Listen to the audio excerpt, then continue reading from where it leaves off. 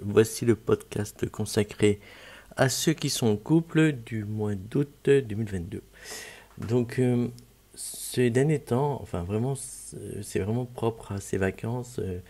J'ai beaucoup de personnes qui me contactent pour me dire qu'ils ne veulent plus rester comme ça, que trop c'est trop, qu'ils veulent du changement.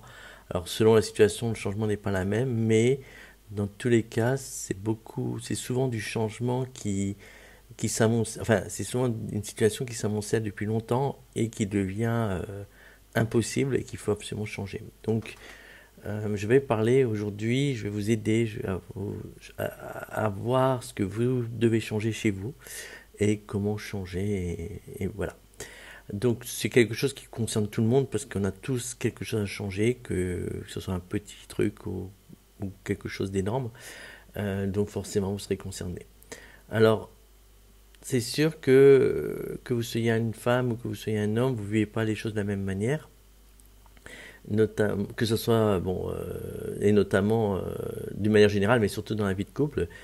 La femme est beaucoup plus cérébrale que l'homme, donc elle est beaucoup plus en demande de mots et de mots doux, d'actes gentils, et que l'homme, il est plus axé vers la sexualité. Bien sûr, il y a des exceptions. Il y a des femmes qui sont très marquées par la sexualité. Il y a des hommes qui sont, par contre, plus concernés par les mots doux, les je t'aime, les gestes tendres. Euh, mais que vous soyez un homme ou que vous soyez une femme, vous avez tous un côté féminin.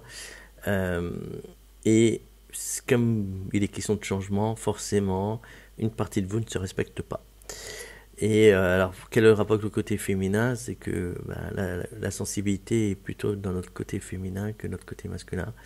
Donc, et c'est notre sensibilité qui va nous faire remarquer qu'il y a des choses qui ne vont pas, puisque notre intuition, c'est notre sensibilité. Et là, on est plutôt dans le côté féminin. Voilà. Euh, donc, peut-être que vous faites partie de ces personnes qui acceptent des situations qu'elles ne devraient pas. Et normalement, ça doit être le cas, puisqu'on est tous concernés par cela, à une échelle plus ou moins grande. Et donc, j'aimerais vous aider à changer pour que vous puissiez faire les meilleurs choix pour votre vie sentimentale. Donc, c'est vraiment la tendance du moment, comme je vous disais, changer pour évoluer, se respecter, se faire respecter. Alors, quand je dis se faire respecter, ça ne veut pas dire être violent. Quand je dis se faire respecter, ça veut dire oser dire oui quand vous avez envie de dire oui, oser dire non quand vous avez envie de dire non. Et que votre conjoint ou votre conjointe accepte que vous n'êtes pas d'accord et que vous avez le droit de ne pas être d'accord et que lui aussi a le droit de ne pas être d'accord avec ce que vous dites ou ce que vous faites. Donc maintenant j'aimerais, avant d'aller plus loin, que vous preniez une feuille de papier, un stylo, ou que vous ouvrez sur votre téléphone ou votre ordinateur soit un email, soit de quoi prendre des notes, et vous mettez ce podcast en pause et que vous réfléchissez tranquillement à ce que vous gagnerez si vous changez. La richesse psychologique de votre évolution si vous changez en tant qu'homme, en tant que femme, et les conséquences positives que ça aurait dans votre vie d'homme et de femme et dans votre vie de couple forcément. Avez-vous euh, alors avez-vous fait votre liste de changements? Qu'est-ce qui changerait dans votre vie de couple? Alors, évidemment, changer n'est pas facile. Si vous avez fait votre liste, quand vous la regardez, ça peut vous faire peur d'évoluer, de sortir de votre zone de confort. Parce que pour évoluer, pour changer, il faut sortir de sa zone de confort. C'est, en quelque sorte, c'est un peu comme mourir pour mieux renaître. En tout cas, pas mourir physiquement, pas mourir entièrement, mais certaines choses ne seront plus, en tout cas plus comme avant. Alors vous entendez depuis 2020 la fameuse phrase ça ne sera plus comme avant, mais effectivement, si vous changez, bien certaines choses, tout ce que vous avez changé ne sera plus comme avant. Ou rare n'existera plus pour recommencer quelque chose de neuf. Donc un nouveau départ, même si c'est un petit départ, ça met des doutes dans vos têtes et ça c'est tout à fait normal. Donc forcément, vous allez dans un premier temps chercher de l'ordre et de la structure pour vous rassurer dans ce que vous connaissez déjà, à commencer par votre passé, votre présent. Et certains d'entre vous vont se contenter de cela. Ils vont dire, jusqu'à présent ça marchait bien, ok, il y a des choses qui ne vont pas, mais c'est pas grave, on continue comme ça. Voilà, même en 2022 qui selon moi, est quand même une grosse année de changement pour beaucoup d'entre vous. C'est ce que je constate, et de plus en plus on avance dans l'année, plus c'est le cas. Certains d'entre vous vont quand même rester, veulent rester, et c'est leur droit, et veulent entretenir leur passé ou leur présent, et c'est tout à fait leur droit. Sauf qu'il faut savoir que changer, c'est mettre fin à tout ce qui vous pose problème, tout ce qui est en contradiction avec vous-même, tout ce qui vous pose problème dans votre quotidien, tout ce qui vous interpelle, avec tout ce que vous n'êtes pas aligné, quoi. Ceux qui font des dépressions savent que une dépression, c'est un changement qu'on ne veut pas faire, ou qu'on ne voit pas, mais qu'on n'est pas en adéquation avec ce qu'on veut faire et ce qu'on fait. Alors, reprenons votre liste. Dans votre liste, à quoi vous devez vous mettre fin? Quel sacrifice êtes-vous prêt à faire? C'est bien sûr que vous allez me dire, oui, je peux faire ça, et c'est très bien. Bien sûr, quand je parle de mettre fin à quelque chose, c'est toujours pour être mieux, c'est toujours pour se respecter, d'accord? C'est jamais faire un effort, jamais. Ça peut être un compromis, mais c'est toujours pour être mieux, pour être plus aligné. Toujours, toujours, toujours. Si vous faites quelque chose dans votre relation de couple et que ça ne colle pas avec vos valeurs, il faut surtout pas le faire. Et justement, peut-être que dans votre liste, il y a des choses que vous devez arrêter de faire parce que vous n'êtes pas aligné avec vous-même. Donc, quand je parle de sacrifice, donc ça peut sembler douloureux, mais c'est pas de la torture. Ne pas changer, c'est se dire que vous savez que vous pouvez pas continuer comme ça. Et vous le savez très bien. Donc ça veut dire que si vous changez pas, vous continuez comme ça. Et vous savez qu'il y a une contradiction. Vous savez que vous n'êtes pas heureux. Vous savez que vous devez changer. Mais mais si vous décidez de continuer comme ça, vous ne respectez pas la partie de vous qui sait que le changement est positif. Donc, voulez-vous être heureux ou heureuse? Voulez-vous trouver un équilibre sur du long terme? En fait, voulez-vous la clé de votre bonheur? Et quand je dis votre bonheur, c'est votre bonheur. Chacun de vous a des attentes différentes. Et c'est tout à fait normal, puisque personne n'a la même vie, personne n'a la même éducation, et personne n'a le même code génétique. Donc il est tout à fait normal que vous avez des attentes différentes de votre bonheur. D'accord? Et il n'y a pas de mal à ça. Qu'avez-vous à y gagner, à changer? Donc si vous prenez votre liste, et que à côté, vous écrivez qu'est-ce que vous pouvez gagner si vous changez ça. Concrètement, vous y gagnez quoi? Alors, ça peut être une plus belle relation équilibrée, moins de stress et plus d'équité entre vous deux, une histoire d'amour qui est plus juste, plus respectable. Êtes-vous prêt à vous donner du temps pour ça? Êtes-vous prêt à vouloir tracer cette route et à y mettre l'énergie nécessaire pour atteindre l'objectif? Alors, comment faire? Bon, évidemment, en tant que coach, c'est mon rôle de vous aider. Donc, je vais vous aider. Je vais vous dire une phrase qui ne plaît pas à certaines personnes, mais elle est tellement vraie que je ne peux pas ne pas vous la donner. En fait, il faut savoir que nous avons tous en nous les outils pour changer. Mais on ne le sait pas. Enfin, tout le monde ne le sait pas. Et les réponses à comment changer, qu'est-ce que vous devez changer, enfin, surtout comment changer et pourquoi changer, vous les avez en vous. Alors, je comprends que cette phrase peut faire peur, car c'est déjà que vous devez changer et que ça vous fait peur, mais si en plus on vous dit, mais en fait, tu n'as aucune excuse, tu as tous les outils en toi pour changer, alors pourquoi tu as peur de changer? Alors forcément, ça augmente encore plus la peur, et c'est tout à fait normal. Donc vous inquiétez pas pour ça, c'est une peur légitime. Mais un changement efficace et bon pour vous, c'est avant tout un changement où vous êtes en paix avec vous-même. Ça, retenez-le, toute votre vie, d'accord? C'est vraiment, vraiment important. Je sais que j'ai déjà dit un peu avant, mais je le redis, et je pense que je le redirai encore. Si vous changez pour faire plaisir à votre conjoint ou votre conjointe, ce n'est pas bon, parce que ce n'est pas un bon changement pour vous. Vous ne vous respectez pas. Et justement, oser dire non peut être un changement pour certains d'entre vous. Si vous faites partie de ces gens qui ont peur des conflits, quand vous proposez de changer ou quand vous avez l'idée de changer, et que vous refusez le changement à cause de la peur du conflit, vous manquez de respect. Et il faut que vous respectez. Alors, malheureusement, en plus, effectuer un changement ne veut pas dire que vous allez voir le positif tout de suite. Alors, je vous donne un exemple un peu amusant, mais si vous déménagez, vous allez peut-être adorer la maison, la proximité des magasins ou les activités disponibles, mais peut-être que vous regretterez vos super voisins avec qui vous avez fait des super soirées, que votre supermarché que vous pouviez vous rendre à pied, qui avait des super promos, etc., etc. Effectuer un changement, c'est sortir de sa zone de confort. Mais, et vous serez mieux, c'est sûr. Vous serez plus aligné avec vous-même et globalement, le changement vous apportera beaucoup, beaucoup plus de positif. Par contre, ça ne veut pas dire que tout sera positif, que avant le changement, il n'y avait rien de positif et que tout était négatif. Un changement vous permettra toujours de vous élever et vous rapprochera toujours de votre définition du bonheur et d'être en paix. Revenons à votre liste des changements effectués. Quels sont les changements que vous savez clairement que vous devez les effectuer, car ils vont vous faire évoluer vers le haut. Et vous savez que si ces changements-là, vous n'avez pas le choix. Vous savez que vous devez les faire. Vous n'avez pas le choix. Donc faites-les. Peut-être que le mot aligné vous surprend. Bon, c'est un mot, bon, il y a beaucoup qui le connaissent. Hein. Si vous avez fait un peu de développement personnel, vous connaissez bien.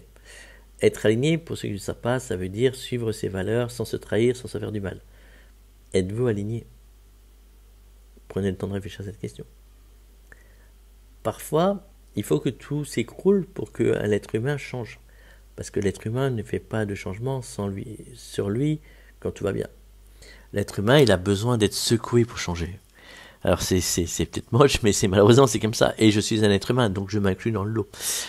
Sans parler de rupture sentimentale, tout changement est difficile à mettre en place. Donc parfois, pour certaines personnes, se lever une demi-heure plus tard ou une demi-heure plus tôt peut être un changement très difficile à mettre en place. Enfin, en général, c'est plutôt une demi-heure plus tôt qui est difficile qu'une demi-heure plus tard. Mais voilà, je parle pas que des gros événements qui marquent une vie.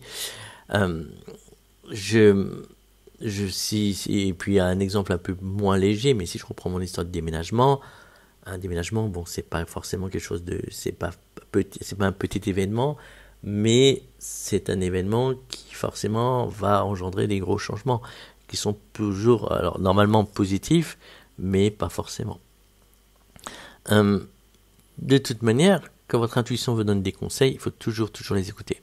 Alors ça, c'est la règle d'or. Votre intuition a toujours raison. Et si vous l'écoutez pas, vous passez à côté de beaucoup de conseils utiles pour vous.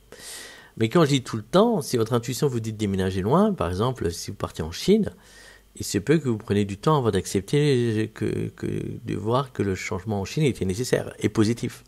Vous serez peut-être très heureux en Chine, car si votre intuition vous a dit de le faire, c'est que vous avez quelque chose à vivre là-bas. Mais comme je disais à propos des voisins du supermarché, vous ne pourrez pas les emmener avec vous. Donc tout ce que vous avez en France, il va falloir il va rester en France. Donc vous n'avez pas le choix, il va falloir vous adapter, mais globalement vous serez mieux parce que si vous êtes parti en Chine, c'est que vous avez peut-être de l'affection pour la culture chinoise, le mode de vie en Chine, enfin voilà. Bon, je suis quelqu'un qui a vécu 9 ans au Québec, donc je ne connais pas du tout la Chine, mais pour avoir connu le Québec pendant 9 ans, effectivement, quand moi je suis parti, évidemment, j'ai laissé des choses je pouvais pas tout emmener de France, hein, forcément, j'allais pas emmener mes amis de France au Québec, mais évidemment, le mode de vie, globalement, j'étais mieux. Bon, ça ne m'a pas empêché de revenir en France 9 ans plus tard. Alors, pas besoin d'aller vivre en Chine pour savoir ce que c'est que devoir s'adapter, se réadapter. Vous connaissez tous des situations dans votre vie où vous avez dû vous adapter. Même si vous avez fait un déménagement beaucoup plus proche que d'aller en Chine. Alors, changer en écoutant son intuition, c'est la certitude de faire le meilleur choix pour vous. Et donc pour votre couple et votre famille. Donc prenez le temps de réfléchir. Que pouvez-vous faire pour être mieux dans votre relation sentimentale avec votre conjoint ou votre conjointe. Alors pour ceux qui ne savent pas comment écouter votre intuition, il faut que vous soyez dans des moments où vous faites rien, où j'ai envie de dire pas grand-chose. Alors ça peut être prendre un bain, ça peut être devant la télé, parce que devant la télé on fait rien, on est bêtement assis devant sa télé. Ça peut être quand vous conduisez sur l'autoroute qu'il n'y a personne, Voilà, donc bon, si vous êtes sur le périph' à Paris, c'est pas là que vous allez écouter votre intuition. Mais si vous êtes sur une autoroute dans la France, en dehors des grandes villes, pour en avoir fait plusieurs, des tonnes, je peux vous dire qu'il y a pas mal d'endroits où vous êtes capable d'écouter votre intuition. Ça peut être dans les transports en commun, quand vous êtes vous laissez aller tranquille, assis dans votre bus, dans votre métro, dans votre train. Ça peut être quand vous marchez un chemin que vous connaissez par cœur et vous n'avez pas besoin de réfléchir où vous allez. C'est un moment propice pour écouter son intuition. Euh, Juste avant de vous endormir aussi. Voilà, donc ça c'est des moments où vous écoutez votre intuition, où les idées vont venir. Et quand les idées vous viennent, ben appliquez-les. Voilà. C'est surtout n'écoutez pas vos peurs. Parce que vos peurs, c'est pas votre intuition, c'est des mauvais conseils, les peurs. Surtout, surtout n'écoutez pas les peurs. Il faut vraiment que vous soyez, comme on dit au Québec, vous soyez off. C'est-à-dire que c'est comme quand vous éteignez l'interrupteur, quoi. C'est-à-dire que vous soyez détendu, laxiste, et c'est là que l'intuition va fonctionner. Bon, revenons à votre liste. Êtes-vous sûr d'avoir tout écrit? Est-ce qu'il n'y a pas des points que vous ne voulez pas voir, que vous ne voulez pas écrire? Mais que vous les connaissez, les points. Parce que ces points-là, il va falloir les écrire. Ah ben oui, vous ne pouvez pas vous mentir à vous-même. Donc écrivez ces points. Prenez-vous le temps. Vous n'êtes peut-être pas prêt pour les changer, et c'est tout à fait correct, il n'y a pas de problème. Chaque chose en son temps. Mais notez-les. Rajoutez-les à votre liste. Il ne faut pas vous cacher vos changements. Il faut que vous ayez une vision réaliste des changements que vous devez faire. Parfois, les changements sont simples. Un changement de votre réveil, comme je disais avant, un changement dans vos habitudes de couple. Bon, ça peut être l'heure du repas le soir, voilà. Mais notez-les, vraiment. Et j'aimerais que vous écriviez sous la liste que vous vous engagez à changer pour votre bien et pour votre bien à vous, et donc du coup pour votre vie sentimentale aussi, pour votre couple. Donc je voudrais que vous passiez un contrat avec vous-même et vous dites je m'engage à effectuer progressivement ces changements. Voilà, je ne vous mettez pas de durée, ça ne sert à rien de mettre une date, mais vous vous engagez à faire progressivement ces changements. Évidemment que ça vous fait très peur. Vous avez peur de faire des erreurs, vous avez peur que votre conjointe vous n'accepte pas. Certains ont forcément peur qu'on va les quitter à cause de ça, mais il ne faut pas. Cette peur est normale. Bien sûr qu'elle est normale, cette peur, car vous sortez de votre zone de confort. Beaucoup d'entre vous vont avoir peur que le couple ne tienne pas. Mais si vous vous sentez aligné, vous devez effectuer ces changements. Donc, et je sais que vous vous sentiez aligné dans ces moments-là. Ça serait tellement bien si maintenant les changements se faisaient tout seuls. Hein. Vous avez tous très envie d'être après le changement. Je sais bien, mais c'est pas comme ça que ça se passe. Sachez une chose très importante, vous serez toujours mieux après qu'avant. Et le changement vous rapprochera toujours du bonheur. Voilà, mais il faut le faire. Il faut prendre cette décision. Il faut faire ce petit pas qui vous fait sauter dans le vide, mais rassurez-vous, il y a un filet qui vous attend et vous allez rebondir de l'autre côté de la falaise. Ne vous inquiétez pas. Vous n'allez pas vous écraser. Mais il faut faire ce petit pas, parce que ça, personne ne peut le faire à votre place. Bon, alors, je vais encore vous dire quelque chose qui peut être difficile à entendre, mais qui est totalement vrai. Un échec, une difficulté va engendrer une réflexion. Vous êtes obligé de réfléchir quand vous êtes face à une difficulté. Et c'est là, comme je disais avant, que l'être humain réfléchit, parce que l'être humain, il attend toujours qu'il y ait un problème pour réfléchir. Cette réflexion va aboutir sur des changements, forcément, puisque quoi qu'il vous arrive comme problème, il faut le régler le problème. Donc il y a des choses à changer. Changements qui sont toujours bons pour vous, si vous écoutez votre intuition.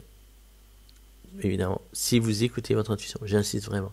Parce que si vous n'écoutez pas votre intuition, vous risquez de reproduire les mêmes problèmes, de reporter le problème, enfin, ça ne sera pas bon.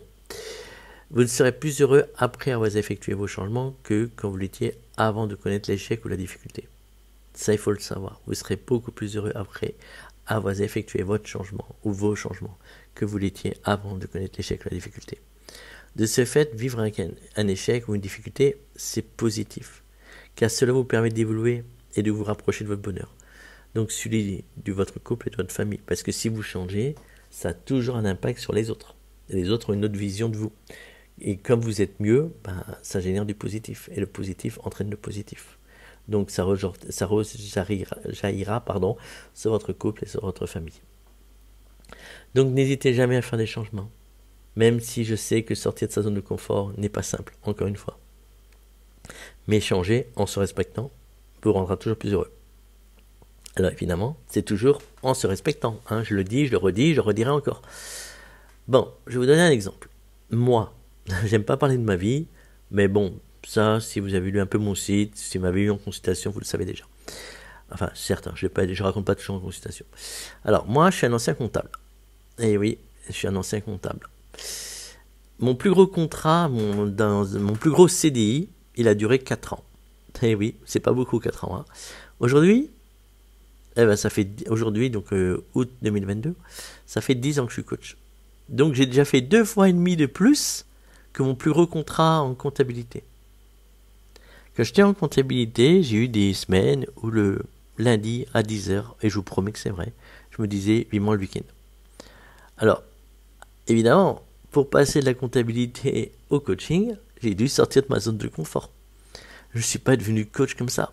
Même si c'était inné en moi et que je fais du coaching naturellement depuis le lycée, que la vie sentimentale m'a toujours intéressé, que j'en ai appris, ça fait 30 ans que je connais, en gros, ça fait 30 ans que je m'intéresse à la vie sentimentale. Donc, oui, mais quand il fallait faire quand il a fallu s'orienter au lycée, le BTS Love Coach, ça n'existait pas. Et je crois que ça n'existe toujours pas d'ailleurs. Donc moi j'adore analyser. Donc quand j'ai analysé, j'ai dit j'adore analyser. Donc on m'a dit va faire de la compta. Donc j'ai fait de la compta. Donc à l'issue du contrat de 4 ans, ce fameux contrat de 4 ans, j'ai été licencié. Donc j'ai dû me sortir du chômage parce que il y avait rien qui, bizarrement, toutes les portes se fermaient. J'ai dû sortir de ma zone de confort et parce que j'ai décidé de vivre au Québec. J'ai encore dû sortir de ma zone de confort en décidant de faire cette formation de programmation neurolinguistique qui me sert dans mon coaching. Parce que bon, même si je fais du coaching depuis que je suis au lycée, il a fallu quand même apprendre les bases du coaching pour faire ça bien. Je suis encore une fois sorti de ma zone de confort en décidant, donc en 2012, que plus jamais je serais salarié et que je devenais indépendant.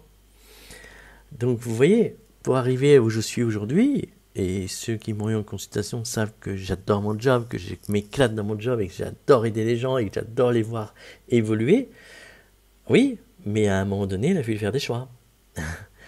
Donc, si votre liste que vous avez sous les yeux, faites les choix, faites les bons choix.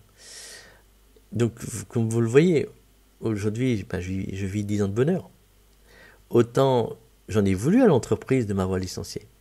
Ah, je peux vous dire, entre vous et moi, que le chef de service que j'avais, ah là là, qu'est-ce que j'en ai voulu.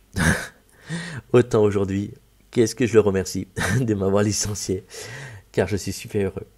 Mais rassurez-vous, moi aussi, j'ai encore des changements à faire, et pas forcément les plus faciles.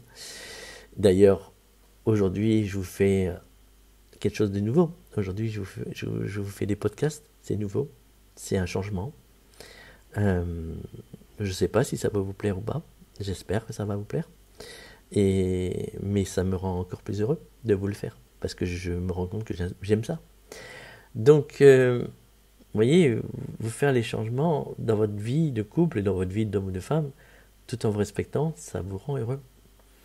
Alors, vous allez me dire que je parle beaucoup de travail individuel, parce que le changement est individuel, et peu de la vie de couple. Et pourtant, c'est un podcast qui est consacré aux gens qui sont en couple. C'est vrai, mais plus vous allez vous respecter, plus l'amour au sein du couple va être magnifique entre vous deux, plus le bonheur va grandir.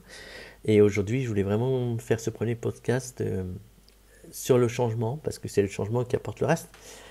Donc, je pensais que c'était une bonne thématique pour commencer ces podcasts, et je pense que c'est une bonne thématique tout court, parce que c'est une actualité, comme je disais avant, c'est quelque chose d'actualité qu'on me demande beaucoup.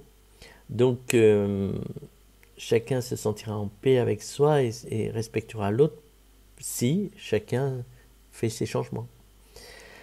Et le couple n'en sera que plus beau.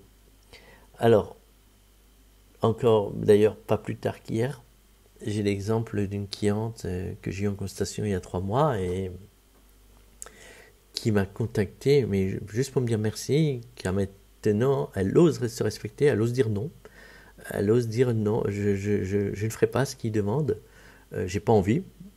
Voilà, bon, même si c'était des choses mineures, ce que son conjoint lui demandait, mais elle n'a pas envie et elle se redécouvre, elle renaît, elle pense à elle. Bon, c'est quelqu'un qui a connu la manipulation d'un pervers narcissique, donc c'est sûr que c'est vraiment un gros changement pour elle, mais elle respire, elle se sent propriétaire de son corps, de son cerveau, de son bonheur, elle est plus légère et plus en paix.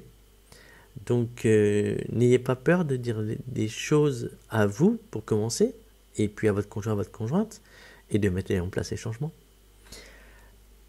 Dites les choses sans que vous voulez, sans que vous voulez que votre conjoint. Alors, pardon, excusez-moi, je bafouille. Je me suis trompé dans mes idées. Donc, y a certaines personnes qui toujours ont peur de la réaction du conjoint ou de la conjointe. Mais dites les choses. N'ayez pas peur de dire les choses. Chaque situation est différente, mais je sais que chacun d'entre vous peut faire les changements pour lui ou pour elle. Je veux vraiment que vous preniez le temps de compléter cette liste que vous avez commencé à écrire et continuez-la, en émettant tous les points qui méritent une évolution chez vous et si cela vous oblige même si cela vous oblige à sortir de votre zone de confort. Alors pourquoi je vous fais toutes ces demandes? Parce que tout cela emmène le bonheur, comme vous l'avez compris, pardon. Obtenir le bonheur, ce n'est pas plus compliqué que d'effectuer des changements en se respectant. Tous les gens qui sont heureux, c'est des gens qui ont effectué des changements en se respectant. Voilà, c'est ça la recette du bonheur. Et de nettoyer tout ce qui est possible de nettoyer. Donc, écoutez votre intuition. Il ne faut pas écouter vos pères, encore une fois. Écoutez votre intuition. Vous avez un outil formidable. Donc, écoutez-le. C'est votre glande pinéale, pour ceux qui s'y connaissent, qui est à l'origine de votre intuition, qui fait fonctionner votre intuition. Donc, le bonheur, c'est d'être aligné entre ses attentes et ses actes. C'est aussi simple que ça. Alors, faut-il écouter les autres pour effectuer un changement? Ça aussi, c'est une question que je voulais répondre. Donc, entendre le point de vue des personnes qui sont importantes pour vous est tout à fait intéressant et bien sûr, n'hésitez pas à le demander. Mais si leur point de vue ne correspond pas à vos valeurs et ou à votre intuition, il ne faut pas les suivre. Il ne faut pas mettre en pratique ce qu'ils vous diront ou ce qu'ils vous proposeront.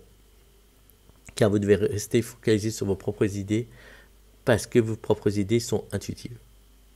Donc après, c'est toujours bien d'avoir leur avis parce que si vous confirment ce que vous pensez, ça montre que vous réfléchissez correctement. Mais par contre, si c'est contraire, si vous sentez que eux ils écoutent leur peur ou leur tradition, alors quand je dis tradition, c'est ça a toujours été comme ça, donc on continue comme ça, et que vous, votre intuition vous dit autre chose, écoutez votre intuition. Après, pour ceux qui veulent absolument écouter vos amis, votre famille, en écartant ce que dit votre intuition, ok, d'accord, mais vous passez à côté de votre bonheur. Vous allez rester dans votre zone de confort parce que on ne pourra pas vous le reprocher parce que vous avez fait comme ce qu'on vous a dit de faire. Donc les gens ne pourront pas vous reprocher d'avoir fait le moins bon choix. Donc c'est rassurant pour vous, mais ça reste confortable. Mais vous n'avancez pas. Vous n'avancez pas vers votre bonheur. Donc je ne vous le conseille pas. Voilà. Votre meilleur conseiller est définitivement votre intuition. Il faut oser mettre les changements en place.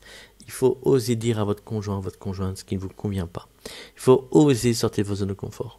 Ce n'est pas toujours facile, mais c'est nécessaire, car vous serez toujours mieux après. En ce moment, cela concerne beaucoup de personnes. Tous les appels que j'ai en ce moment vont dans ce sens. C'est, comme je disais, des personnes qui n'en peuvent plus, qui veulent que ça change. Vous êtes des grands demandeurs de changement.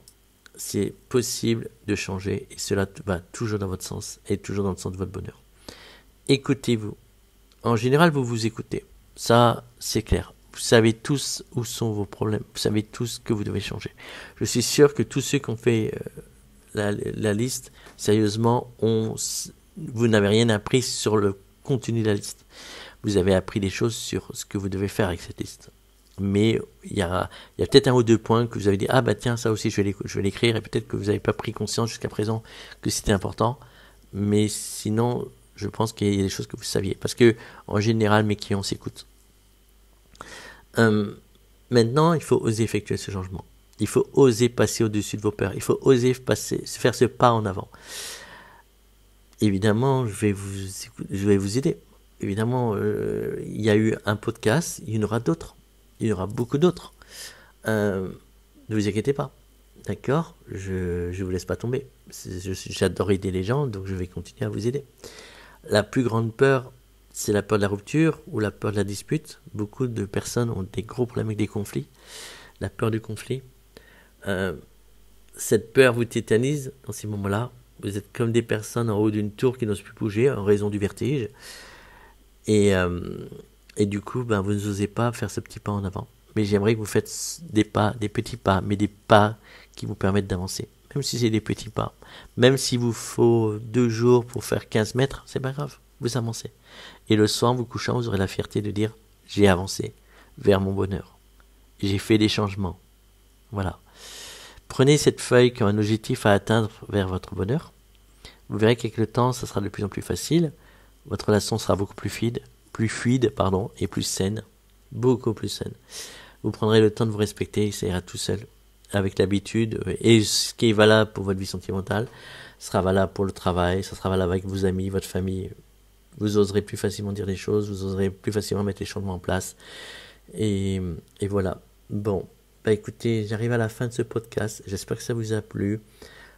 Bien sûr qu'il y en aura d'autres. Il n'y a pas de souci. Il suffit, peut-être vous l'avez vu, regardez en dessous du podcast si vous avez la possibilité de vous abonner. Vous avez vu que le prix est très très bas, très accessible. Je veux vraiment le rendre hyper accessible et je veux vous donner un maximum de conseils. Alors ça prend quand même du temps de préparer ces podcasts. Donc c'est pour ça que j'en donne que 2 par mois. Mais je veux vraiment que ça soit accessible. Voilà. Donc, profitez-en. Voilà. Et j'espère que ça vous a plu. Et je vous dis à bientôt. Au revoir.